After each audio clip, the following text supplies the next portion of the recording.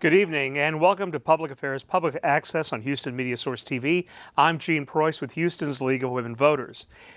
You know, we can't turn on the TV anymore, read a newspaper, or even look at media without seeing something about gun violence, it seems. It's been on the news almost every day for at least the past month, and new incidents are occurring almost on a daily basis. It is filling the discussions in Washington, D.C., and Austin, and in places like Houston, Harris County, and across the state of Texas. Without going into details, you know what I'm meaning, and it's happened not far from here as well as across the state. And so we're going to begin a discussion tonight about gun violence, and it's beginning that discussion that so often doesn't go very far that we want to try to do tonight. And the League of Women Voters actually has an initiative you're going to learn about tonight to start discussing guns more regularly and what can be done.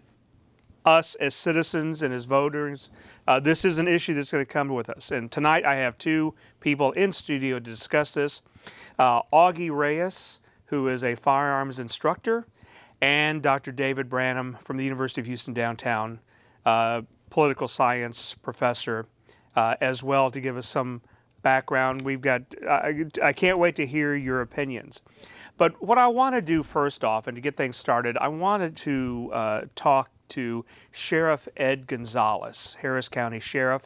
I talked to him yesterday, recorded a brief interview with him to talk about gun violence here in Harris County. And so we're going to turn our attention to Sheriff Gonzalez. Sheriff Gonzalez, thank you for being on the show with us and for talking with the League. We're very interested in the gun violence that's been occurring across the United States, you know, here in Texas and then across the United States as well. And we wanted to ask you for your input and your, you know, you've experienced this and you've had to deal with this and we see you on TV almost every day, it seems like, talking about gun violence going on in Harris County. From your perspective, what are some of the causes for what seems to be an uptick in gun violence? Yes, well, I think we're all very concerned about the uptick in gun violence. And I will say that it's not only happening here in our local communities, but also across the country.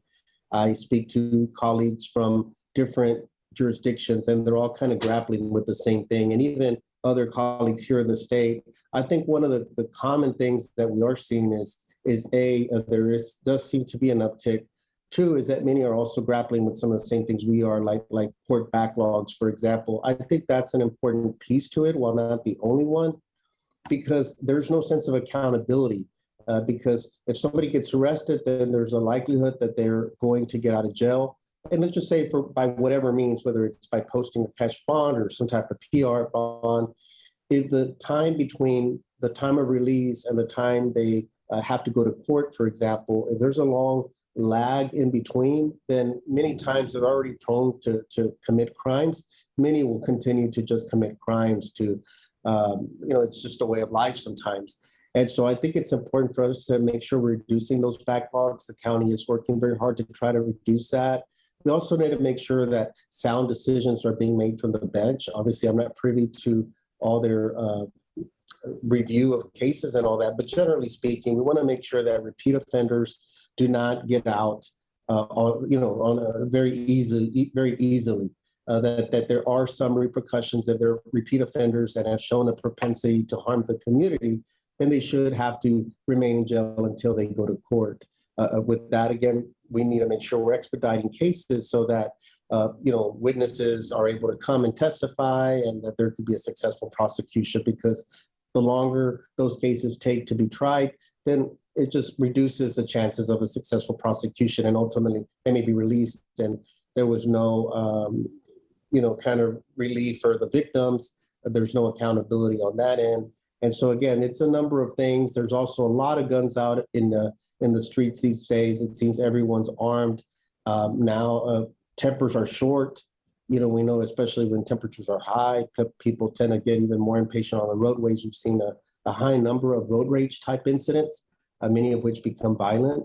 And so we're really grappling with a lot of different challenges, but we're going to continue to stay vigilant, proactive, trying to continue to layer some strong enforcement with also some other interventions that hopefully could redirect and reduce crime from, or prevent crime from even happening in the first place.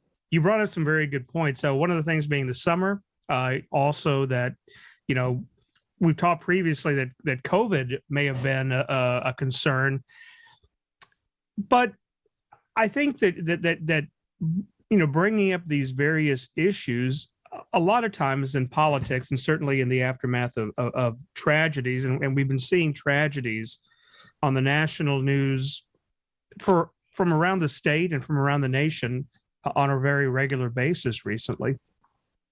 Is there any way of predicting or targeting where these acts of violence will occur?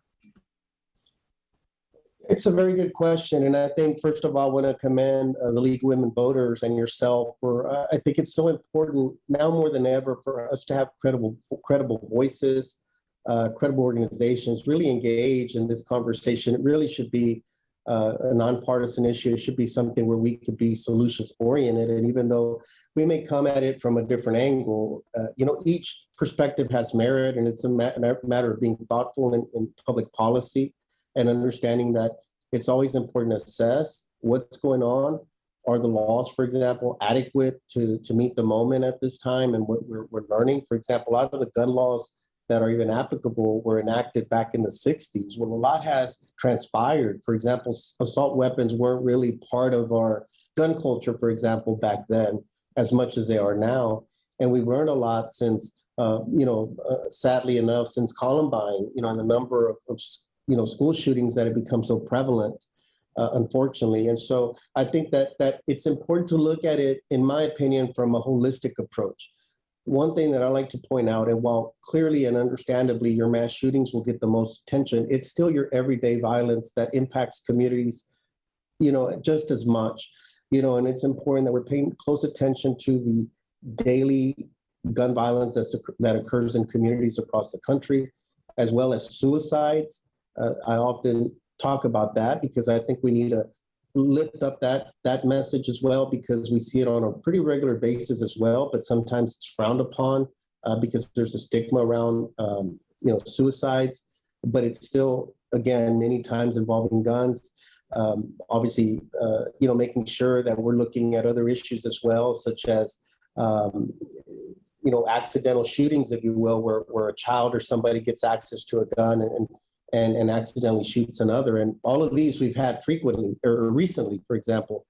And so I think it's important to touch on all those areas. And again, to be thoughtful in our approach to it. I do support raising the age to purchase an assault weapon to 21 as an example. And I'm also a supporter of red flag gun laws. I think if done properly, I think, again, it doesn't mean it's going to solve everything. And I think sometimes we look at certain scenarios and we'll say, oh, but that wouldn't have prevented this one, or that would have prevented that one. Well, we know just from other jurisdictions that have it, and several others already have it, where, for example, it will make a dent in reducing suicides, as an example. And again, it could be crafted where we protect people's due process, that it's not something that's done nilly-willy, if you will, that there's some structure to it with some safeguards to make sure that it's not being utilized just to, take someone's rights away or anything like that. And so, there's a lot of ways that it could be done. And I think sometimes it's a matter of what can we do to make sure that we're advancing our efforts to reduce crime, and especially gun violence in our community. I want to thank you for bringing that up, because you actually addressed several of the issues that I wanted to talk to you about. You mentioned that, like the governor's mentioned, we've had the ability for 18-year-olds to buy what are called long guns for a long, long time, and people want to take their grandchildren out hunting, or, their children out hunting, and teach them about guns. And that has been a long tradition, especially for us here in Texas. But as you point out, AR style weapons weren't as prevalent previously. And Governor Abbott says, well, why didn't we have these problems in the past? And part of the problem may be that. You also brought up laws. And some people argue that we've got enough laws. We just passed a new gun law at the national level to talk about red flag warnings and the boyfriend loophole. So you mentioned other types of violence, right? There's domestic violence, there's accidental shootings, there's suicides. Recent reports have said that gun violence is one of the leading causes of death among children, and some of that is accidental. And do we have enough laws on the books now, or do we need additional laws, or is it something that we just need to keep looking at? Well, I do think that there's right now we're at a point where we need action. I think that a lot of this has been debated ad nauseum for many, many years. I think there's data now to, again, sadly, since Columbine, to look at the number of school shootings. We understand a little bit of the profile of the typical individual that will commit these type of atrocities, kind of that age range, and so we know that from the medical community in terms of the maturity of the brain, it's still developing, and just buying that extra time, making sure that there's a certain maturity level, to be able to purchase an assault weapon, for example. I think it's something reasonable to do. We do it now with handguns where most have to be 21.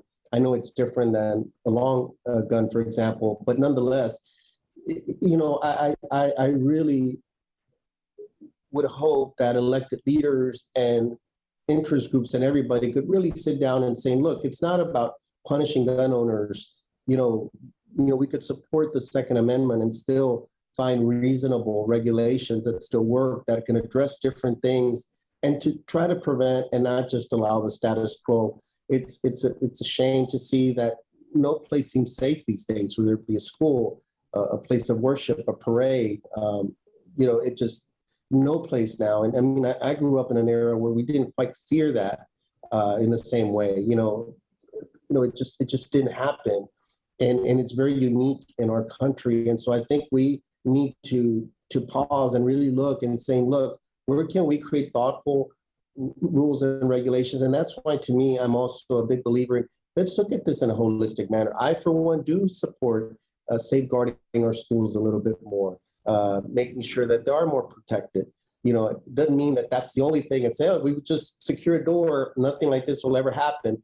No, it's about looking at everything. It's very hard, for example, for parents to get mental health care for teens. That's something that then we need to make sure that we're improving those systems of care so that it is easier to care for teens and ready, that there's more counselors. And I think it's important to look at mental health, but it doesn't mean that if somebody has a mental illness that automatically they're prone to violence. We got to be careful that we don't create that added stigma, and people don't want to come forward and say, look, I'm just going through a hard time. I'm going through a depression. It doesn't mean that they're going to go and become violent. But again, we have to look at all these, making sure we're also holding people responsible that if you are going to have weapons, secure those weapons as well. We have many times when guns land in the wrong hands because they're stolen from a vehicle because they were left unsecured in a vehicle, and they get stolen and they end up in the wrong hands. I don't only believe in creating more laws, though, because sometimes we do have laws that we can't enforce successfully. Back to the backlogs. We want to make sure that if somebody is in violation of owning or having a gun, in possession of a gun, that they do be held accountable swiftly, and that we send a message that it's not going to be tolerated. We are going to enforce our laws.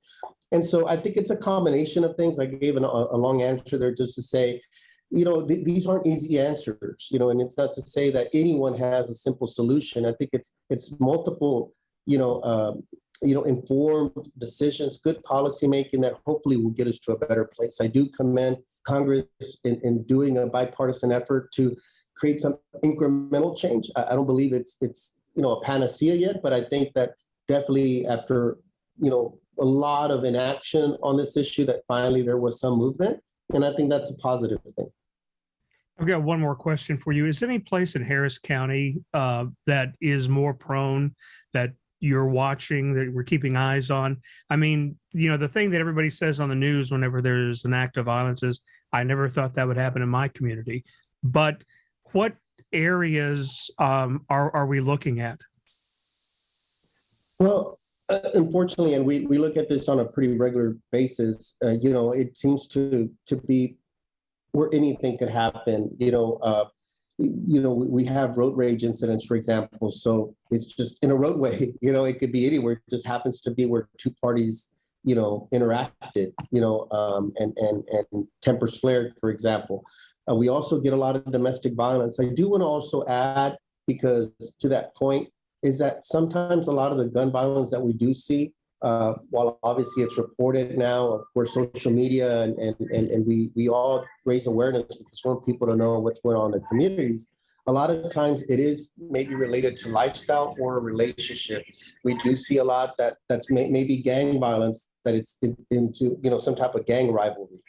We may see a domestic violence, sadly, that is just intimate partner violence and something that's been escalating and now became deadly. So being able to raise awareness about how to leave a bad relationship, all those are critical things that need to be done as well as just, criminal activity.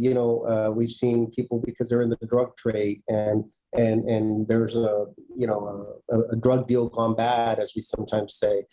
Sometimes it's a lot of those issues that are at play than, let's just say, random violence. I'm just going to go and shoot somebody today.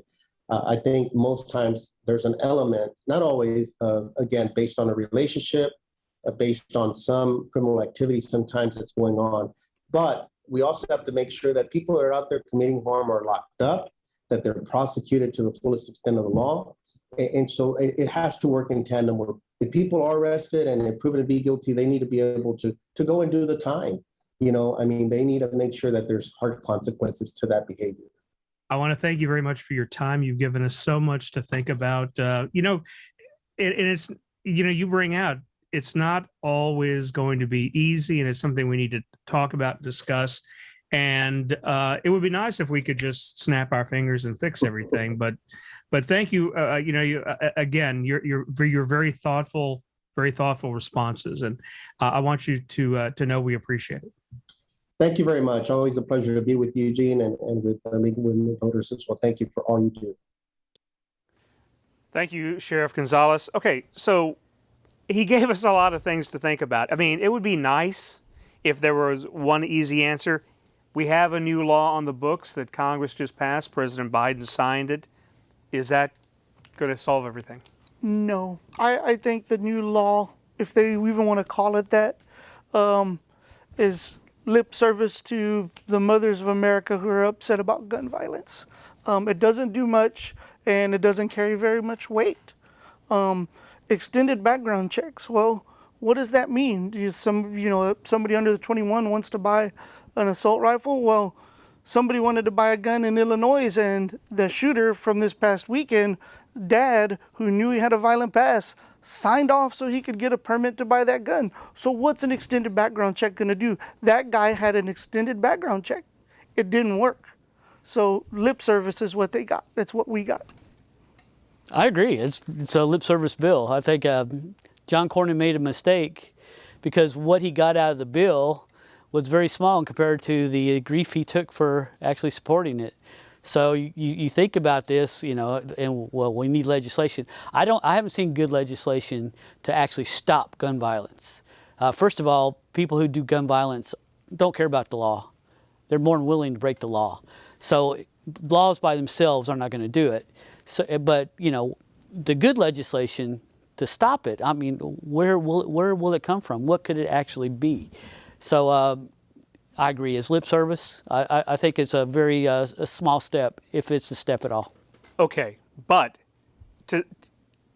I totally agree that with both of you. But you've got to have laws, right?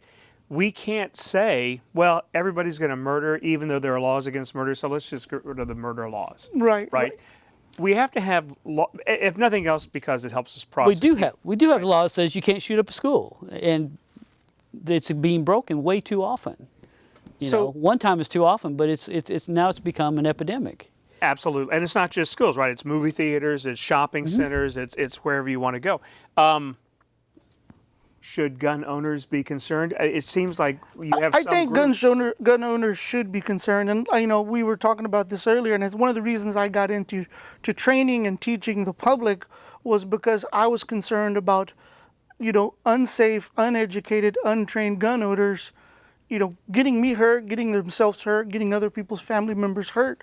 They should be. I used to like drag racing cars when I was a kid. Dad said, keep it on the track. What got us in trouble? When we weren't on the track. Okay? Same thing with guns. We want to be safe with guns. We want people to own them responsibly. I'm a Democrat, but I still support the Second Amendment. Is there reasonable steps we can take? Yes. Have we gotten there? No. A lot of the stuff that's been proposed, like I said, it becomes meme-worthy when we don't understand what we're doing and what we're talking about. And if you're trying to push legislation and your legislation becomes a meme on Facebook, you haven't done anything, because it's the perception. And if your perception is weak to billions of people on the internet, you're not getting much done. We get so little done in Congress anyway. We've got a new law, the first one in 30 years? Mm-hmm. Why is this one not going to do anything? Why can't we pass meaningful legislation, David? Well, we've already jumped off the cliff. Right? We're never going to live in a society without guns. We had the Second Amendment, and the Second Amendment has made it where we have had guns in this country since its inception, and there are a whole lot of guns. There are millions and millions of guns in this country. So legislation by itself is only going to make a very minor impact. I think, and we have to go more with what Augie's talking about, where people are getting training. People are being as safe as they can with the guns. People who own guns are protecting their guns. People who don't need to have guns, we need to take steps where we can make sure they don't get them. But even then, it's not going to be enough. We have to prioritize, right? Well, who do we prioritize right now? People getting on an airplane. That's who we prioritize. We don't prioritize kids going into a school. We have to prioritize kids going into school more. And, you might say, well, it's not just locking the door, but it is. Locking the door, putting up protection, extra protection for our kids walking in, making sure that things are always on the up and up in the school, like we do when you walk into an airport. So I hate to put all of this on our government and say, okay, we have to extend what we're doing, but we do. We have to prioritize our kids. We have to prioritize the public are coming together. We have to take more steps to make sure they're safe. And I think we need to make some changes as a society too. There's outside of the United States, people will say, or have said, the problem with the United States is we're, quote unquote, addicted to murder porn. We're addicted to a war-hungry, murderous society, and we inflate that with, not just, we root for the bad guy in the United States. We love The Godfather, even though it's a great story of coming and becoming something in America. There's also a murderous side to it, and we're kind of addicted to those kind of things culturally. And when you're addicted to that from a child, when I was 7 years old, my dad took me to see Full Metal Jacket. I don't think anybody should take their children to see Full Metal Jacket. So when you're used to that, you become a Marine for one, but you become numb to the violence around you. I grew up in the East Side in the 90s when, in the middle of the crack, pandemic and drive-bys and gangster rap, and we idolized the bad guys. And we still do that now. I think there's why there's, so many hardcore Trump supporters, because they're used to idolizing the tough guy, and he filled that role for them. So as a country, we need to look at ourselves and say, hey, we need to learn to be kinder to our neighbors. A lot of Republicans are strong Christians, and maybe we need to follow some of those Christian values and learn to love our neighbors better, because if we don't value that life, if we don't teach our children and our families to value that life, then taking it is way easier. Well, I hate to add to that, because he's absolutely right. But, but in all honesty, most of us can watch violence. Most of us can, enjoy violent movies and it not really affect us, or the effect we are able to handle. 98% of us maybe, but there's 2% out there and that's all we need is 2%. Oh yeah, absolutely. And that's it. So, we sensationalize the school shootings. The school shooting was sensationalized. It was big news. I mean, this person got more news than he would ever get doing anything he would ever do in his life. And that's sad. That's sad that, he actually got sensationalized because of this. And it's like we are just completely drawn to it. We had to watch a week of it, and every time it was on, you kept turning it on more.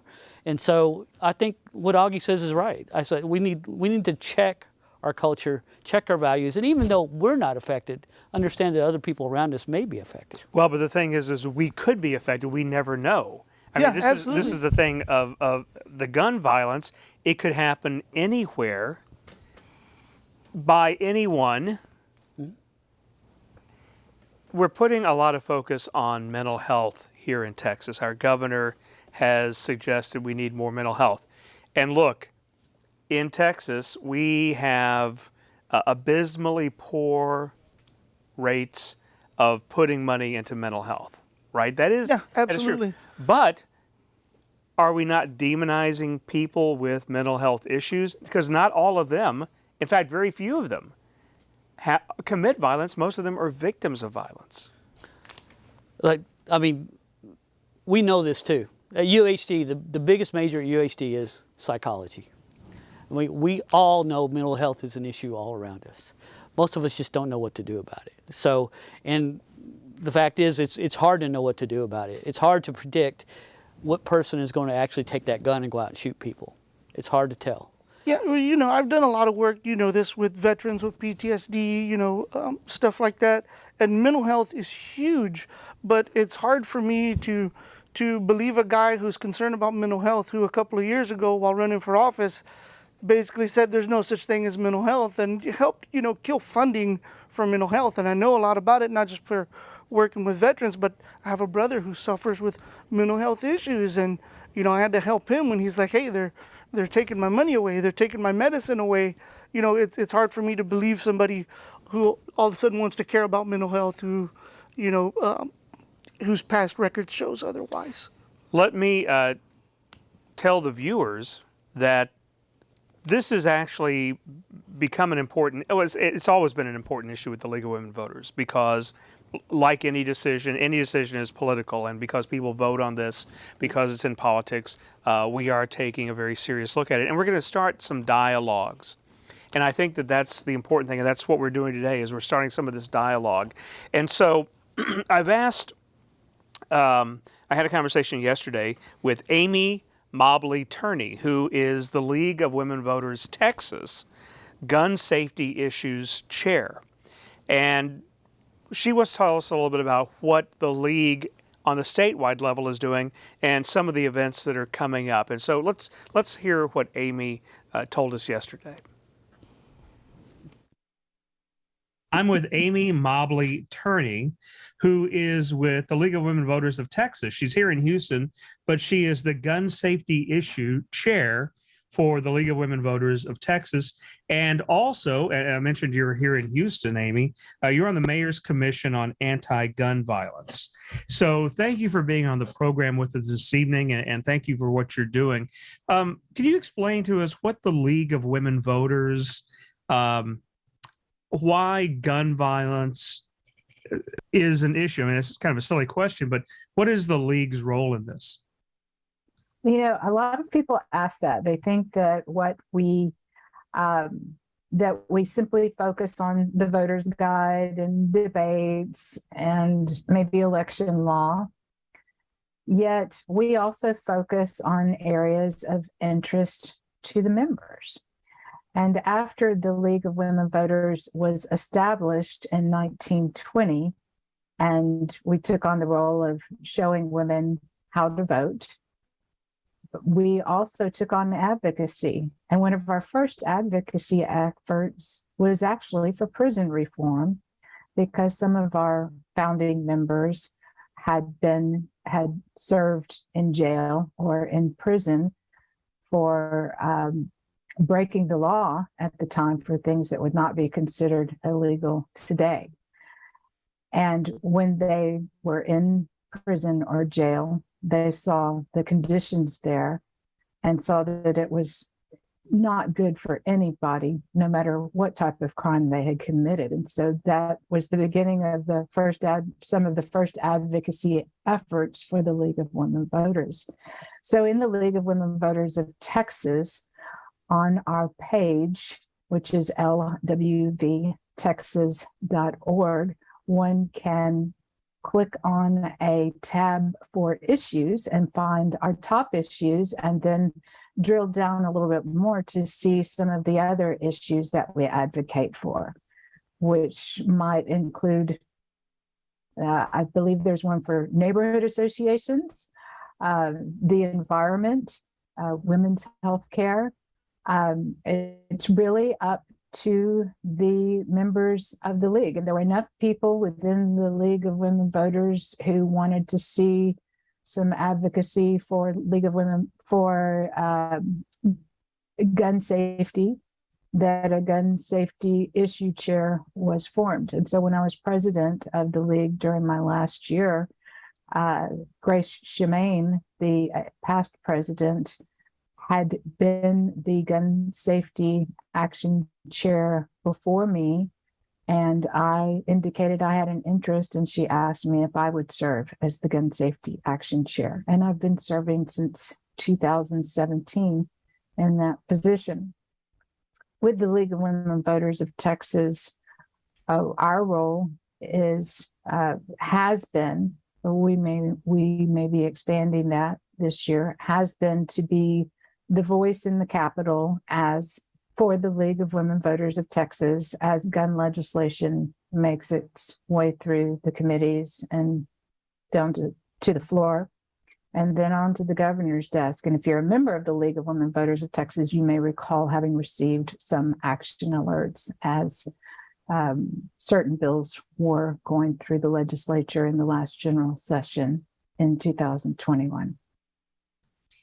With all of the reports of gun violence that we're hearing on the television and what's almost an everyday occurrence, what should we be asking? What should we expect from our representatives? And is it just a local representative issue, or is it a national issue? Or what can we expect, and who do we need to be asking questions?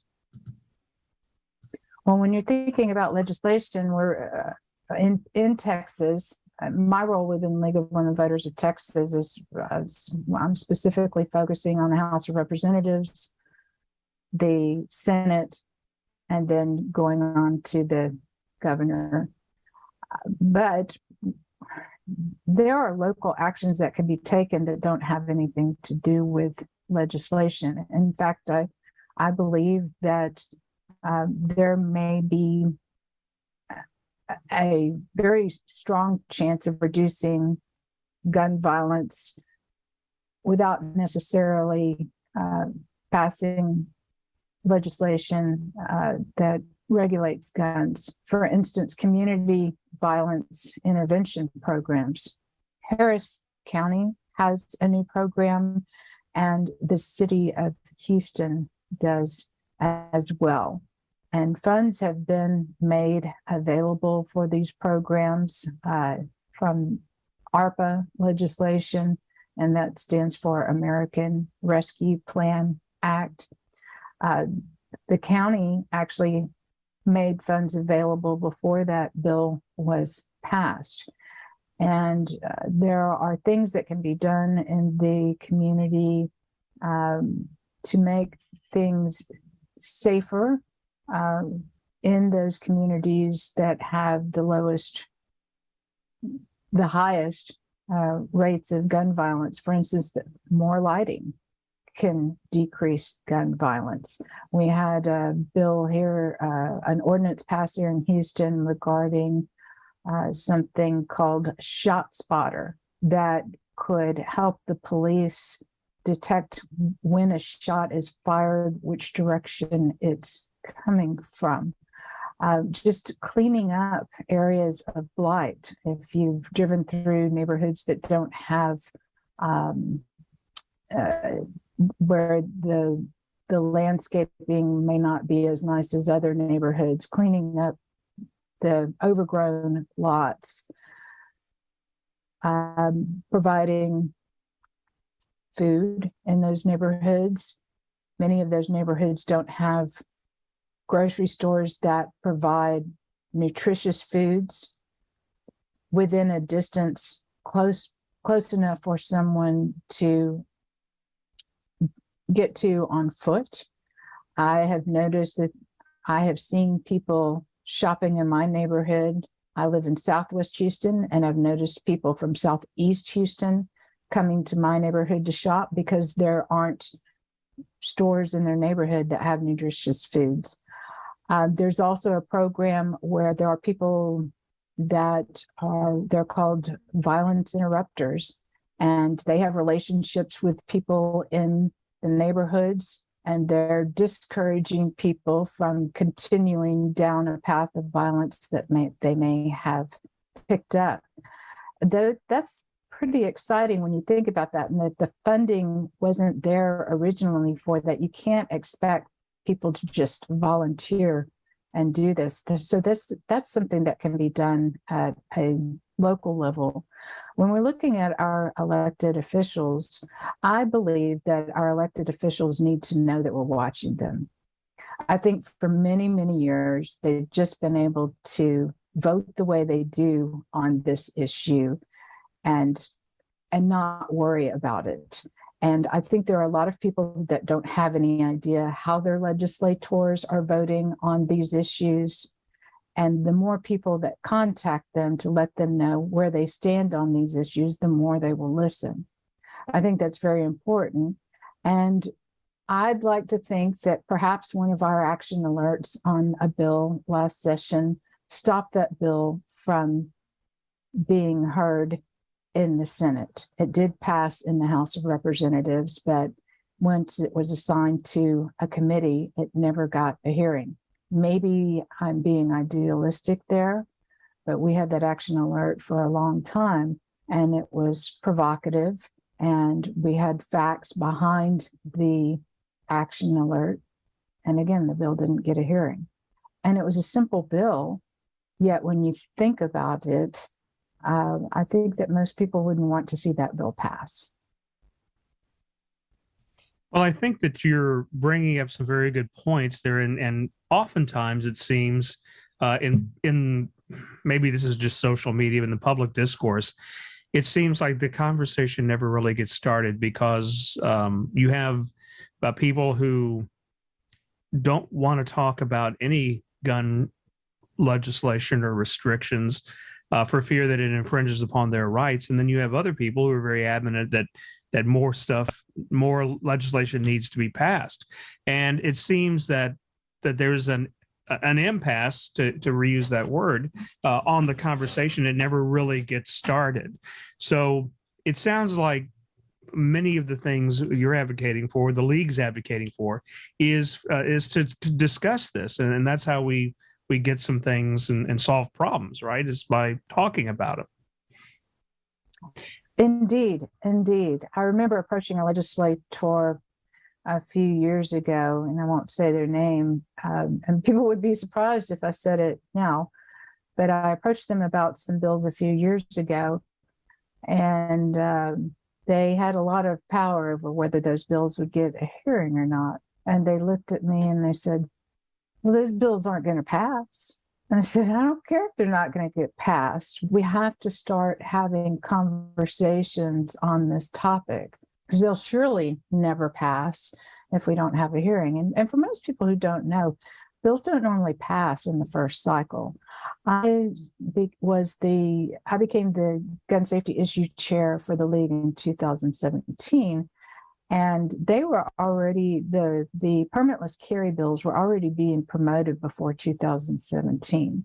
So it passed out of committee in 2017, but it didn't make it to the floor. And then in 2019, The person who had the bill withdrew their bill, and so that bill didn't have a chance to make it to the floor either. So it took, in my term being the gun safety issue chair, it took 3 sessions for that bill to get passed. And sometimes it can take way longer than 3 sessions. But again, the conversations have to start, and it's in the committee hearings where they begin.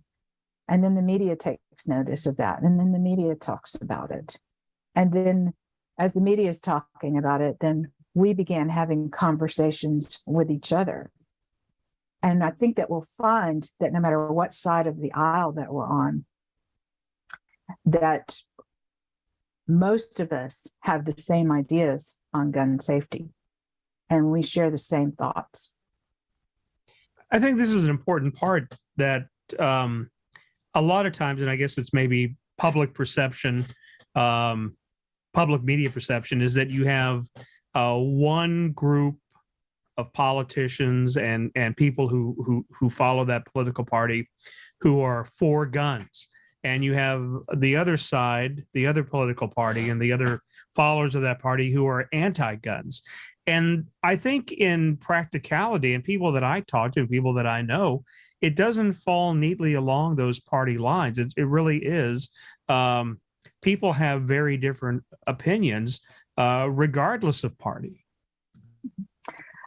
Yes, and I don't look at it as pro-gun or anti-gun either. I see pro-regulation and less regulation.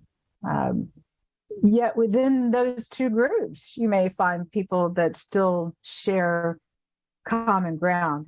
And so I'm so pleased to see what happened in Washington, D.C., where we had people come together who normally wouldn't on this topic, and a bill was passed on their common ground there. It's not everything I would like to see, and it's not everything many people would like to see, yet it was a start. And there's some very good things in that legislation as well. And in the conversations that I would have with people who might have opposing views from me, we were always able to find common ground somewhere. I mean, certainly nobody wants to see more gun violence, and the question is how do we address it? And that's where we need to begin the conversation. You're, as I mentioned earlier, you're on the mayor's commission against gun violence. Can you tell us a little bit about that committee and what it does? Yes, so we came together in 2019. This was after Parkland and Santa Fe. And for those who are watching that don't know about Santa Fe, I'm not talking about Santa Fe, New Mexico. I'm talking about Santa Fe, Texas. There was a mass shooting at the high school down there. And after Parkland, as many people know, there were marches throughout the United States. And the leaders of the Houston March for Our Lives asked the mayor to form a commission against gun violence. And it's a fantastic commission. We have the chief of police, the sheriff. We had the chief of police for Houston Independent School District, the chief of police for Metro. We had physicians. One is researching gun violence. That particular physician was also the chief trauma surgeon at Texas Children's Hospital. We had mental health. We have mental health organizations, LULAC, NAACP, Houston Area Urban League.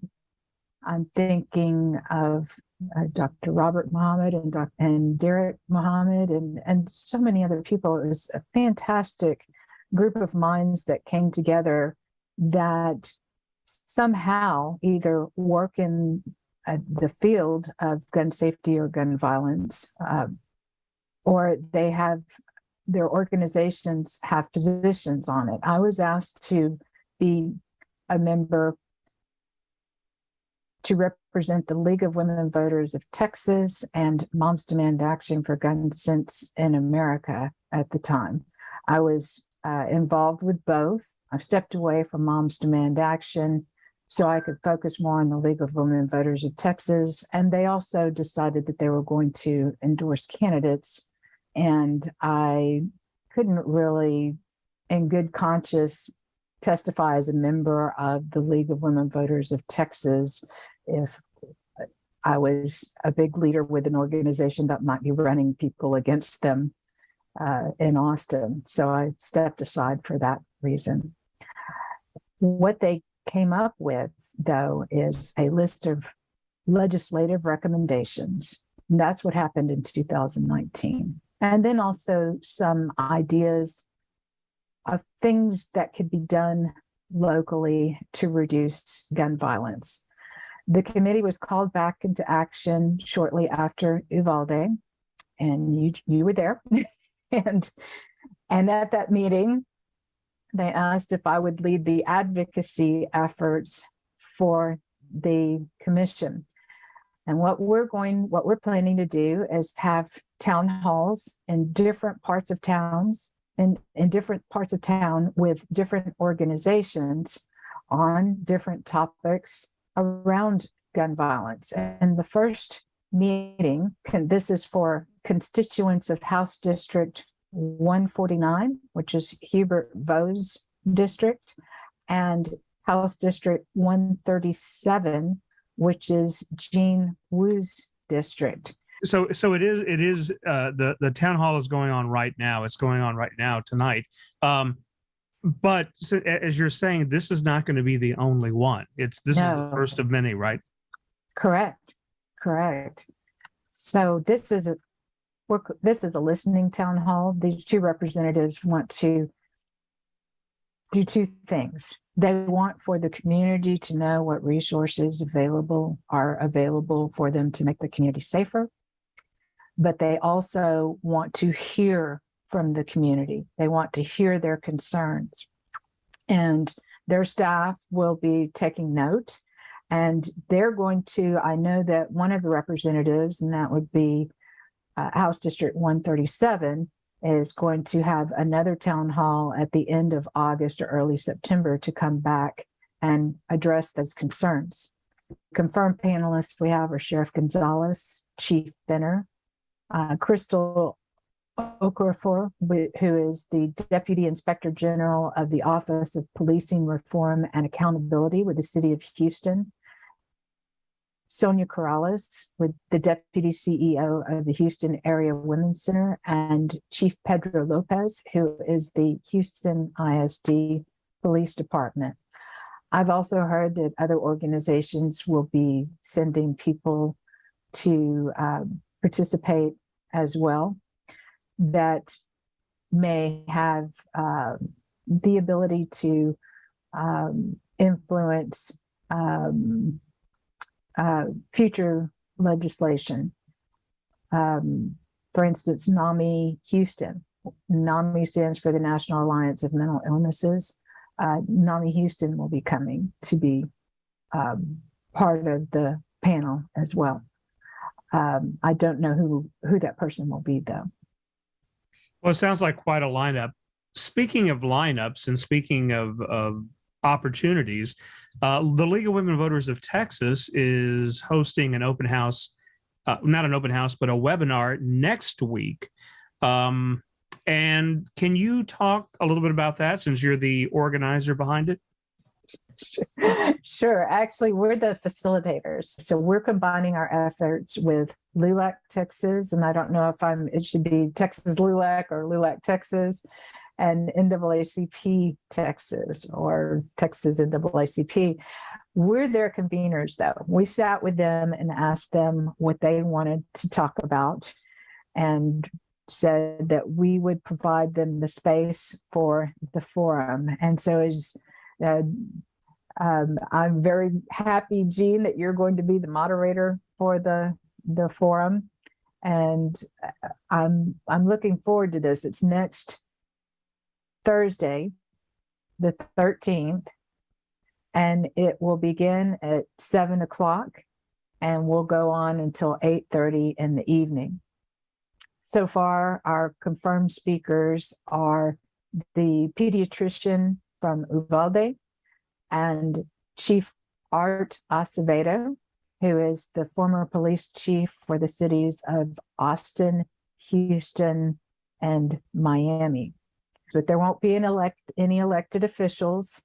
There won't be any campaigning. There won't be any talk in any type of a partisan way. We're just talking on the issue that LULAC and NAACP chose, and they want to talk about the AR style rifles. And that's going to be again next Thursday, the 13th, and it's going to be 7 to 8:30 p.m. Well, I want to thank you very much for your time and for all of the information. Amy Mobley Turney, the gun safety issues chair for the League of Women Voters of Texas. Thank you so much for your time and for your efforts and for being on the show with us tonight. Thank you.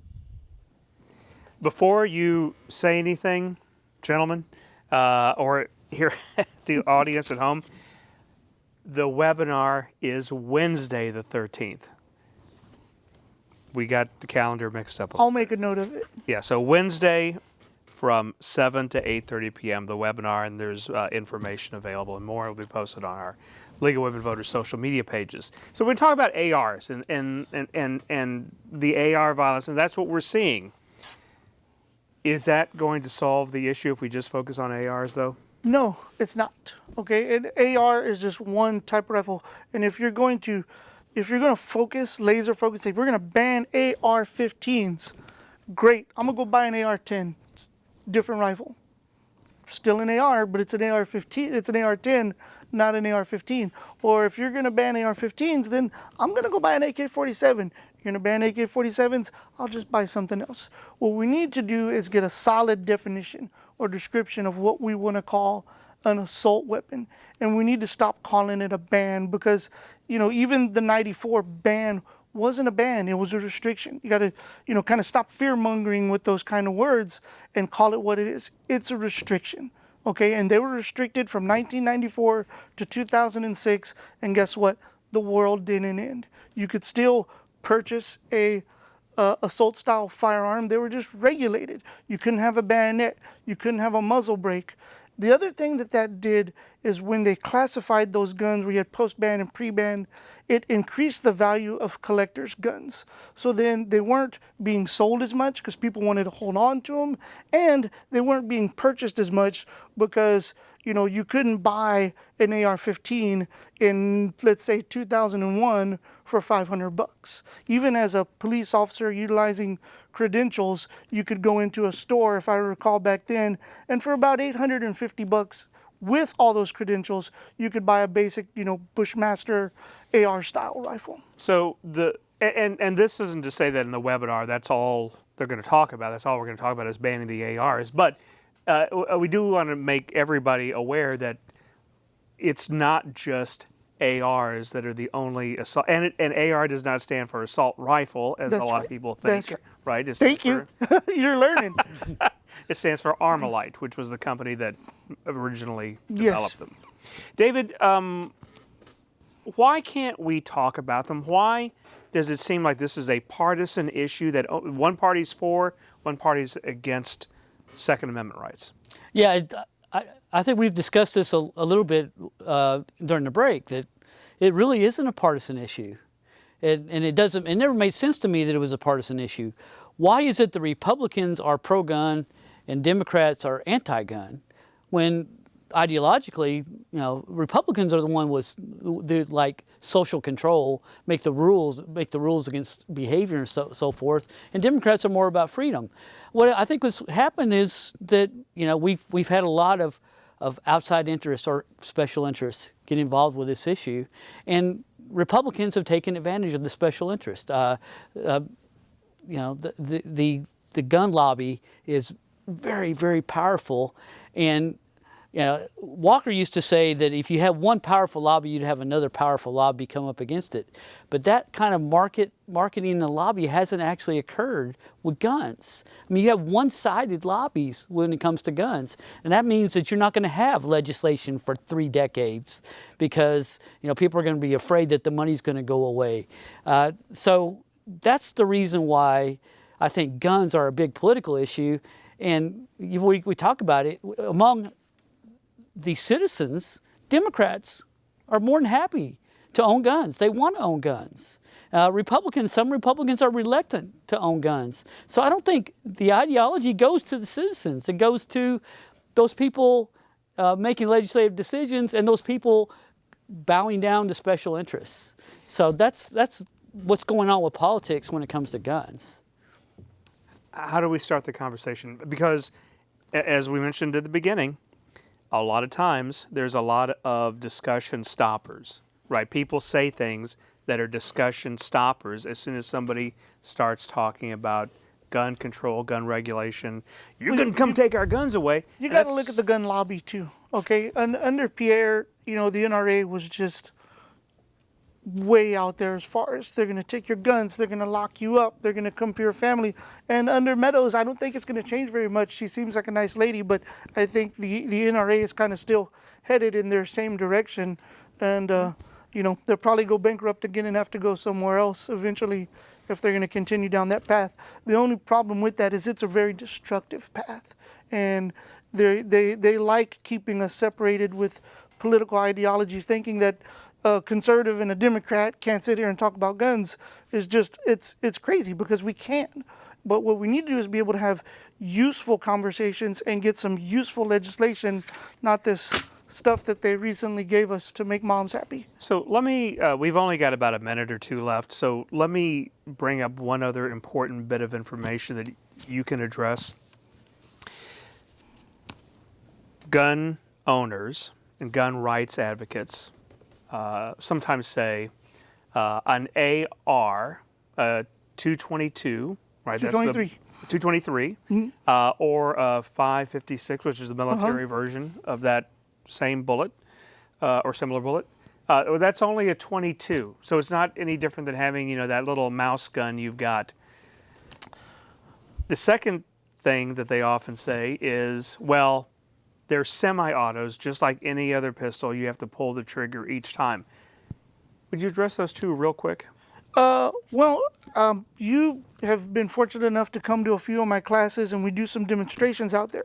One of those things we do is we take a 5.56 and we shoot a 3/8 piece of steel from about 50 yards away. It goes right through it. Okay, so no, you can't compare that to a 22. 22 doesn't have 3,000 feet of velocity coming out the muzzle. And the what was the second part? The second question, real quick. How easy it is to make them full auto? With 3D printers now, you can make anything full auto. It is that easy. It is too easy, and that's dangerous. Gentlemen, on that note, I'm going to have to stop the conversation, but there'll be more. I want to thank you, Augie Reyes, Dr. David Branham, and Amy Mobley Turney, and of course Sheriff Ed Gonzalez for discussing this important issue. And stay tuned to League of Women Voters because we're going to be talking about this more as the issue continues to be important to voters. For the League of Women Voters of Houston, I'm Gene Preuss. Thank you and have a good evening.